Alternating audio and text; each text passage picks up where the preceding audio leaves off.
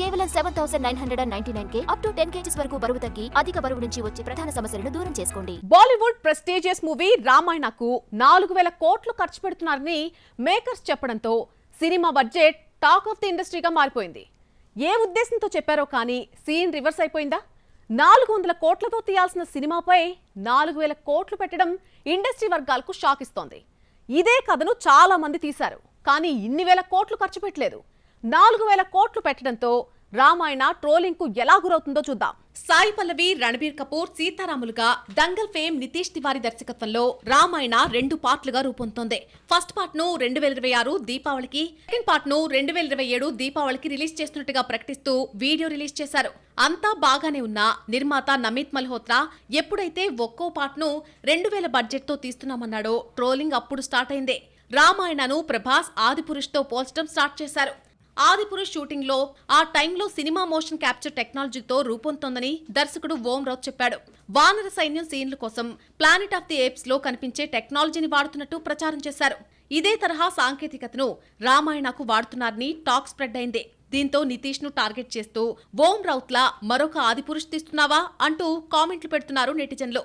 Motion capture టెక్నాలజీతో తీసినటువంటి ఆదిపురుష్ తో రామాయణను పోల్చడం మొదలైంది. ప్రభాస్ కొన్ని సీన్స్ లో యానిమేటెడ్ హీరోలా కనిపించాడు. ఈ లెక్కన రణబీర్ కపూర్ కూడా అలాగే ఉంటాడా అన్న డౌట్ మొదలైపోయింది.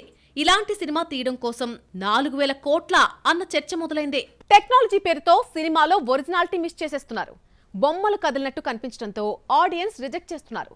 పాత్రలో జీవం కనిపించడం లేదు. ఇక యాక్షన్ సీన్స్ అయితే మరీ ఆర్టిఫిషియల్ అయిపోయాయి. విఎఫ్ఎక్స్ మోషన్ క్యాప్చర్ అంటే కొచ్చాడియన్, ఆదిపురుష్ గుర్తుకొచ్చి భయపడిపోతున్నారు ఆడియన్స్. కథ కోసం విఎఫ్ఎక్స్ ను వాడుకోవాలి కానీ సినిమాను చెడగొట్టేలా గ్రాఫిక్స్ ఉండకూడదు. టెక్నాలజీని ఎలా వాడుకోవాలో రాజమౌళికి బాగా తెలుసు. బాహుబలిలో పర్వతాలు, జలపాతాల మధ్య సీన్స్ సినిమాకు హైలైట్ అయ్యాయి. అలాగే RRR లో విఎఫ్ఎక్స్ ను వాడుకుని ట్రైన్ బ్లాస్ట్ సీన్ ను రక్తి కట్టించాడు. విఎఫ్ఎక్స్ పేరు చెప్పి భారీ యాక్షన్ సీన్స్ తీస్తున్నామని చెబుతున్నా నేచురాలిటీకి దూరమైపోతున్నారు. ఆదిపురుష్ లో వానర సైన్యంతో యుద్ధం ఒక కింగ్ కోబ్రా, గొరిల్లా ఫైట్ గా మిగిలిపోయింది. రణబీర్ రామాయణ విషయంలో కూడా ఇదే భయం పట్టుకుందే. 4,000 కోట్లు ఖర్చు పెడుతున్నాడంటే ఇంకెంత పర్ఫెక్ట్ గా యానిమేటెడ్ మూవీ తీస్తారా అని సెటైర్లు వేస్తున్నారు.